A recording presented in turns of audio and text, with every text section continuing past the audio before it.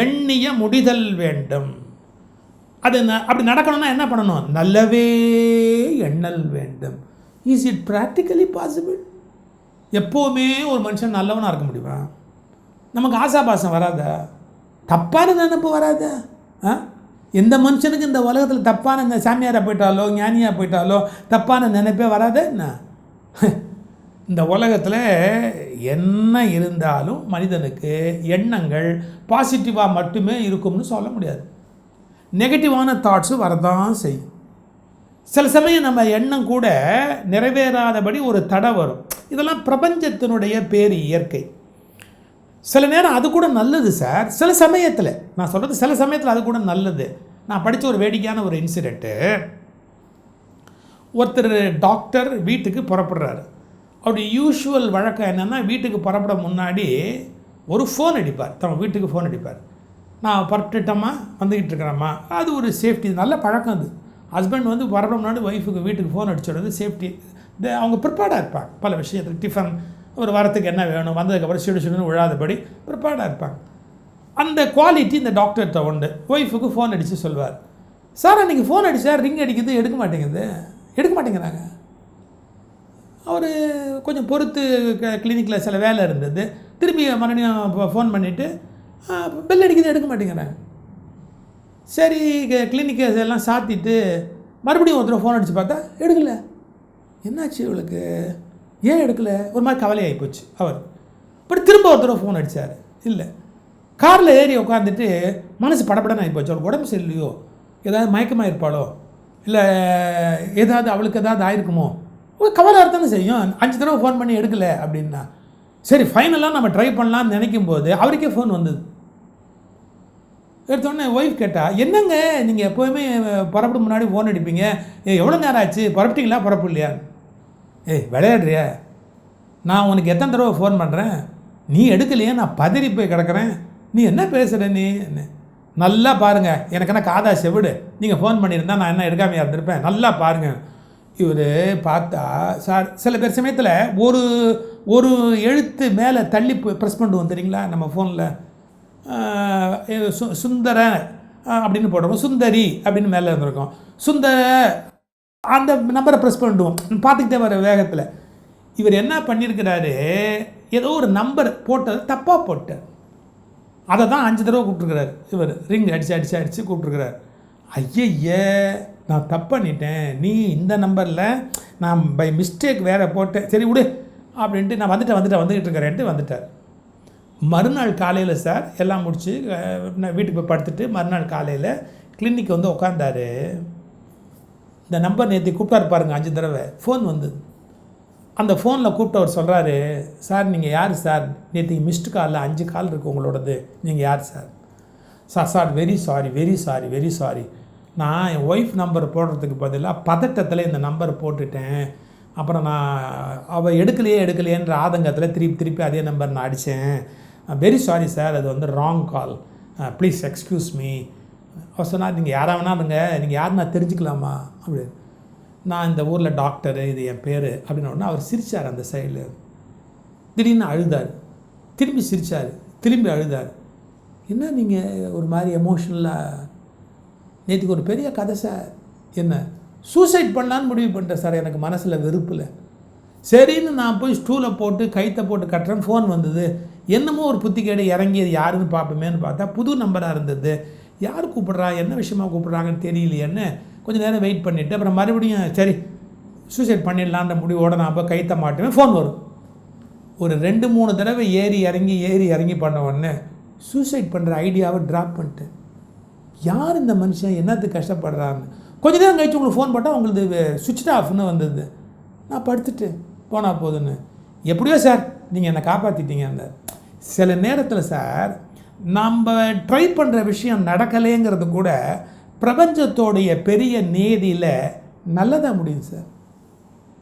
அதை விட ஏதோ ஒரு நல்லது பண்ணணும் பிரபஞ்சம் முடிவு பண்ணி வச்சுருக்கோம், நமக்கு எப்படி தெரியும்? அதனால் சில விஷயம் நடக்கலைன்னா அதை பற்றி கவலைப்படாது. இது என்னுடைய ஹம்பிள் ரிக்வஸ்ட், தள்ளி வச்சிருங்க. இப்போ நான் சொல்கிறேன், ஏன் நடக்குது ஏன் நடக்கலைங்கிறதுக்கான அனாலிசிஸ் சொல்கிறேன். நீங்கள் உறுதியாக நினச்சிருந்தா நடக்கும், இதுதான் அளவுகோல். திண்ணிய எண்ணிய முடிதல் வேண்டும், நல்லவே எண்ண வேண்டும், திண்ணியமாக அதை வந்து நம்முடைய மனதுக்குள்ளே பதிய வைத்து கொள்ள வேண்டும். இதெல்லாம் பாரதி ரொம்ப ஸ்டேஜ் பை ஸ்டேஜ் எப்படி கொண்டு போகணுங்கிறத சொல்கிறான். தெளிந்த நல் அறிவு வேண்டும், அதை எப்படி அடையணும், நம்ம அந்த இடத்த எப்படி அடையணும், அதை எப்படி ஹவு டு என்கேஷ் இட், அதை ஹவு டு பெர்ஃபார்ம் இட், அல்லது ஹவு டு ரியலைஸ் இட், அதை எப்படி நீங்கள் உங்கள் அறுவடை பண்ணிட்டு வரணும் அப்படிங்கிறதுக்கு என்ன வேணும், அதை எப்படி செஞ்சு முடிக்கணுங்கிறதுக்கான தெளிந்த நல்ல அறிவு வேண்டும், தீர்க்கமான ஒரு அறிவு வேணும். இந்த பாரதி என்னென்ன போடுறான் பாருங்க. இப்போ சில விஷயம் ஏன் நடக்கலைங்கிறத பற்றி நீங்கள் எங்கேயாவது யோசிச்சிருக்கீங்களா? நாம் இவ்வளவு பிளான் பண்ணமே, ஏன் அது நடக்கலை? அந்த காரியம் ஏன் நடக்கலை? உடனே சில பேர் சொல்லுவாங்க, யூஷுவல் பதில், விதி, கர்மா, ஃபேட்டு, டெஸ்டினி. எவ்வளோ வார்த்தை வச்சுருக்கோம் பாருங்கள். ஃபேட்டு, டெஸ்டினி, கர்மா, விதி, ஊழ், வினை எல்லாம் இருக்குதா இல்லையா? டக்குன்னு யாரும் ஒத்துக்க மாட்டாங்க சார், அதெல்லாம் மூட நம்பிக்கை சார், யார் சார் ஒத்துக்கிறது? நீங்கள் சரியாக தேடிக்கிட்டே போனீங்கன்னா உங்களுக்கு அந்த விதி வினை அப்படிங்கிறது கண்டிப்பாக உண்டுங்கிறது தெரியும். நீங்கள் யோசிப்பீங்க, ஏன் எங்களுக்கெல்லாம் நம்பிக்கையை ஊட்டுறதுக்கு நீ பேசுன்னு சொன்னால் எல்லாம் விதி கர்மாங்கிறத பேசுனா. இங்கே தான் நம்ம தெளிவாக இருக்கணும். உண்மைகளையும் புரிஞ்சுக்கணும், தடைகளையும் புரிஞ்சுக்கணும், தடையை தாண்டி போகிற டெக்னிக்கையும் தெரிஞ்சுக்கணும். சார் கார் ஓட்டணுங்கிறவங்க முக்கியமாக ஒன்று தெரிஞ்சுக்கணும், எது பிரேக்கு எது ஆக்சிலேட்டர்னு தெரிஞ்சுக்கணும். கரெக்ட்? ஆக்சிலேட்டர் எது பிரேக் எதுன்னு தெரியாமல் கார் ஓட்டலாமா? எந்த காரும் வெறும் ஆக்சிலேட்டரோடு பில்டப் பண்ண மாட்டான், பிரேக்கும் சேர்த்து தான் வைப்பான். இன்னும் சரியாக சொல்லட்டுமா, நீங்கள் காரை எப்போ தைரியமாக ஓட்டுவீங்க? பிரேக்கு இருக்குன்னா தான் தைரியமாகவே ஓட்டுவீங்க. இன்னும் சரியாக சொல்லட்டுமா, ஸ்பீடாக எப்போ ஓட்டுவீங்க? பிரேக்கு பெர்ஃபெக்டாக இருக்குன்னு தெரிஞ்சால் தான் ஓட்டுவீங்க. இந்த கார் பிரேக் பிடிக்காதான் யாராவது ஸ்பீடாக ஓட்டிடுவீங்களா? பிரேக்கு பிடிக்குங்கிறது தெரிஞ்சால் தான் ஸ்பீடே எடுக்க முடியும். அப்போ நம்ம செயலுக்கு நிறுத்துறதுக்கு பிரேக் போடுறதுக்கு தெர் இஸ் எ பவர், கர்மா. ஆனால் ஒன்று, எல்லாமே அதுதான், யுவர் டெஸ்டினி இஸ் ஃபைனல் அப்படின்னு அந்த மாதிரி ஏமாந்து போகக்கூடாது. I want to make a small analysis. Destiny அல்லது ஃபேட் அப்படிங்கிறது ஒர்க் பண்ணுமா பண்ணாதா? இப்படி சொல்லுங்களேன். எதையெல்லாம் நீங்கள் சூஸ் பண்ணாமல் உங்களுக்கு கிடைக்குதோ நீங்கள் சூஸ் பண்ண முடியாது. பேரண்ட்ஸ் யாராவது சூஸ் பண்ண முடியுமா? ஆக்சுவலாக நம்ம சூஸ் பண்ண முடியுங்கிறது புத்த மதத்தினுடைய philosophy. They choose their parents and they take their rebirth. நம்புவீங்களா? Buddhist monks they choose their parents. நான் இந்த அப்பா இந்த அம்மாவுக்கு பிள்ளையா வந்து பிறக்க போகிறேன்னு டிசைட் பண்ணிவிட்டு செத்து போகிறவங்க எவ்வளோ பேர் இருக்கிறாங்க. யூ ஒன்ட் பிலீவ், பட் புத்த மடாலயங்களில் உண்டு. நம்மால் முடியாது. Normal people we cannot choose our parents. எங்கள் அப்பா யார் அம்மா யார் வி கேனாட் சூஸ். இப்போ என்னுடைய தோற்றத்தையே எடுத்துக்கோங்க, நம்ம தோற்றம் இப்படி அழகாக இருக்கணும் அப்படின்னு. இந்த கோபால் கௌர்தாஸ் நல்லா பேசுவார். அவர் ஒரு பஞ்ச் அடித்தார், ஒரு மறக்க முடியாது என்னால். எல்லோரும் ஃபேஸ்புக்கில் ஒரு படம் போட்டிருப்பான், உலகத்திலே பியூட்டிஃபுல்லான படத்தை போட்டுருவான். ஃபேஸ்புக்கில் படம் போட்டிருப்பான். அவன் ஆதார் கார்டில் இவனை பழிவாங்கிறதுக்குனே கவர்மெண்ட்லேருந்து ஒரு படம் போட்டு கொடுப்பான். அவர் ஒரு அழகான வார்த்தை சொன்னார், ஃபேஸ்புக்கில் இருக்கிற அளவு எவனும் அழகும் கிடையாது, ஆதாரில் இருக்கிற அளவு எவனும் அசிங்கமும் கிடையாது. இந்த உலகத்தில் சார் ஃபேஸ்புக்கில் இருக்கிற அளவுக்கு நம்ம பியூட்டியும் கிடையாது, ஆதார் கார்டில் இருக்கிற அளவுக்கு அசிங்கமும் கிடையாது. நாம் தான் நம்ம நினைப்போம் அப்படி இருக்கணும் இப்படி இருக்கணும் எல்லாம் எய்ம் பண்ணுவோம். இப்போ கம்ப்யூட்டரில் வச்சு உங்களை பிரைட்டாக காட்டலாம், சிவப்பாக காட்டலாம், அழகாக காட்டலாம், என்ன வேணால் பண்ணிக்கலாம். எல்லாமே கம்ப்யூட்டர் காட்டிடுறோம். உங்களுக்கு நேரில் பார்த்தா தானே தெரியும் வண்டவாளம். சரி, என்னுடைய பர்சனாலிட்டி, மூக்கு, கண், காது, இது ஏதாவது நான் வந்து டிசைன் பண்ண முடியுமா? ஸோ உங்களுக்கு எதெல்லாம் கிவன், கொடுக்கப்பட்டவை, தட் இஸ் கால்டு டெஸ்டினி. கொடுக்கப்பட்டவை எல்லாத்துக்கும் டெஸ்டினின்னு பேர். இதை நீங்கள் ஒன்றும் பண்ண முடியாது. ஆனால் டெஸ்டினியை மாற்றவே முடியாதா?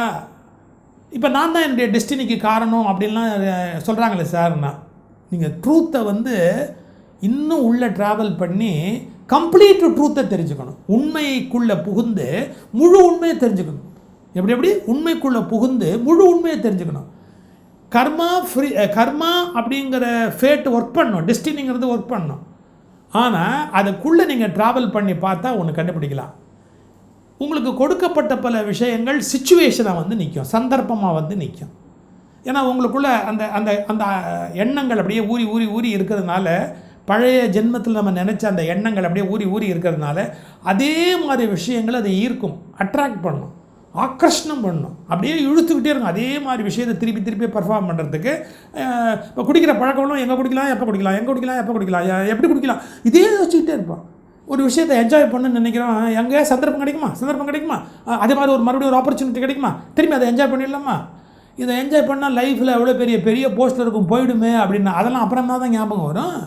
அந்த வாசனை அந்த அட்ராக்ட் பண்ணிக்கிட்டே இருக்கும், அதை நோக்கி இழுத்துக்கிட்டே இருக்கும். ரைட், கர்மா அது உங்களை அதை நோக்கி செலுத்திக்கிட்டே இருக்கும். சிச்சுவேஷன்ஸ் அதுக்கு தகுந்த மாதிரி கிரியேட் ஆகும், சந்தர்ப்பங்கள் அது மாதிரி உங்களுக்கு உருவாகும். அந்த நேரத்தில் நீங்கள் எப்படி நடந்துக்க போகிறீங்கிறத யார் டிசைட் பண்ணுறா? யுவர் ஃப்ரீ வில், உங்களுடைய சுய சிந்தனை, உங்கள் வில் பவர். நீங்கள் டிசைட் பண்ணலாம், சாரி நான் அப்படி நடந்துக்க மாட்டேன், சாரி நான் அப்படி இருக்க மாட்டேன். அந்த நேரத்தில் உங்களால் அப்படி இருக்க முடியுமா? அப்போ என்ன தெரியுங்களா, கர்மா ஒர்க் பண்ணும், உங்கள் ஃப்ரீ வில் அதை மாற்றிடும், அப்படி இப்படி தூக்கி மாற்றிடும். இந்த நுட்பத்தை புரிஞ்சுக்கிறது தான் வாழ்க்கை. இந்த ஊரில் நாஸ்தியர்கள் அப்படின்னு ஒரு கூட்டம் இருக்காங்க. அவங்க கர்மாவே ஒத்துக்க மாட்டாங்க, வினையினே ஒன்று கிடையாது அப்படின்னு பேசுவாங்க. இன்னும் சில பேர் வெரி ரிலீஜியஸ், கர்மாவை ஜெயிக்கவே முடியாது, அது மட்டுமே நம்மளை ரூல் பண்ணும் அப்படிம்பாங்க. மன்னிச்சுக்கங்க, இவங்க ரெண்டு பேருமே உண்மையை முழுசாக புரிஞ்சுக்கல. கர்மா எக்ஸிஸ்ட் பண்ணும், நல்வினை தீவினை நிற்கும்.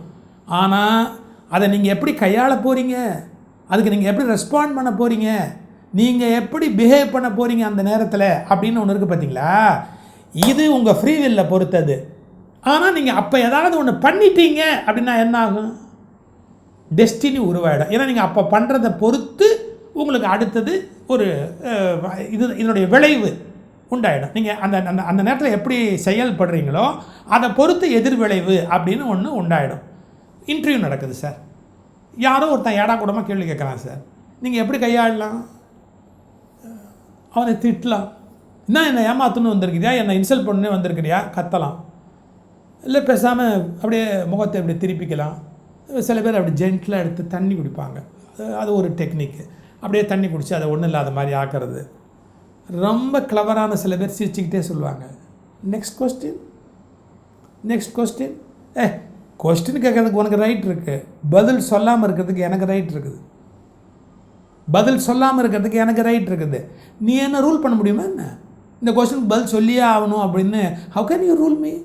அவங்க தான் அந்த வில் பவரில் மேலே போய்ட்டாங்கன்னு அர்த்தம். Next question, come on let us go to the next question. அடுத்த கொஸ்டின் கேளுங்க.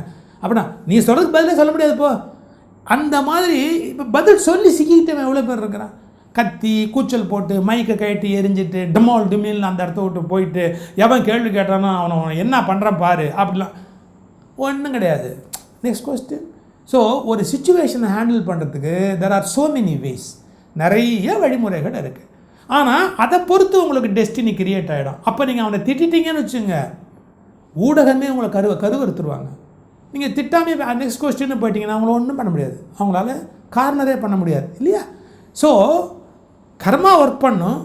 அந்த நேரத்தில் உங்களுடைய ஃப்ரீ வில்லை நீங்கள் அப்ளை பண்ணி என்ன மாதிரியான டெசிஷன் எடுக்கிறீங்களோ, ரெஸ்பாண்ட் பண்ணுறீங்களோ அதை பொறுத்து அதை சேஞ்ச் பண்ண முடியும். இதை எப்படி படிப்படியாக கொண்டு போகிறான் பாருங்கள். நான் ஒரு எண்ணம் எண்ணுறேன், அது செயலாகணும், எண்ணிய முடிதல் வேண்டும். அதுக்கு முதல் குவாலிஃபிகேஷன் என்ன வேணும்? நல்லவே எண்ணல் வேண்டும், நல்லது தான் நினைக்கணும். இதுவே நிறைய பேருக்கு நமக்கு புரியல சார்.